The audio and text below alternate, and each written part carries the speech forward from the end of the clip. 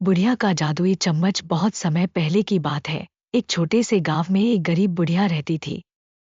उसका नाम दादी जी था।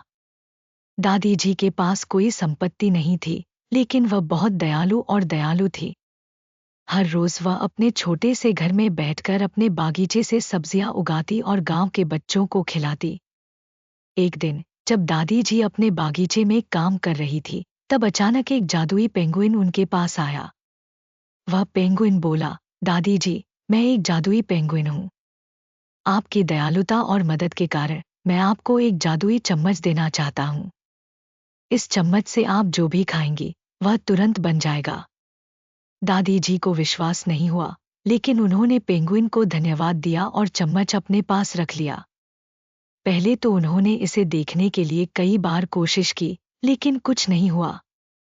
फिर उन्होंने सोचा कि शायद उन्हें इसे सही तरीके से इस्तेमाल करना होगा।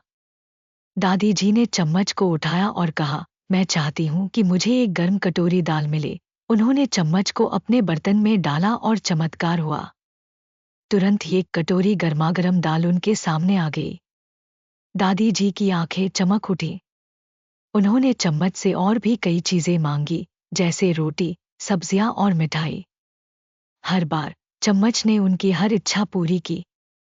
कुछ समय बाद दादी जी ने सोचा कि अगर वह इस चम्मच का इस्तेमाल करके गांव के सारे लोगों की मदद करेंगी, तो सब खुश रहेंगे। उन्होंने चम्मच से गांव के बच्चों और बूढ़ों के लिए खाना बनाना शुरू किया। गांव के लोग उनकी दयालुता को देखकर बहुत खुश हुए और दादी जी को प्यार से दादी माँ कहने लगे। लेकिन जैसे जैसे समय बीतने लगा, दादी जी ने देखा कि गांव में कुछ लोग लालची हो गए हैं। वे हमेशा चम्मच से और अधिक खाना मांगने लगे।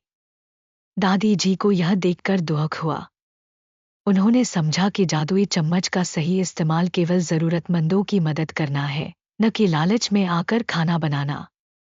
एक दिन दादी जी ने चम्मच को अपनी आंखों के सामने रखते हुए कहा, मैं इस चम्मच का इस्तेमाल केवल उन लोगों के लिए करना चाहती हूँ जो वाकई में भूखे हैं।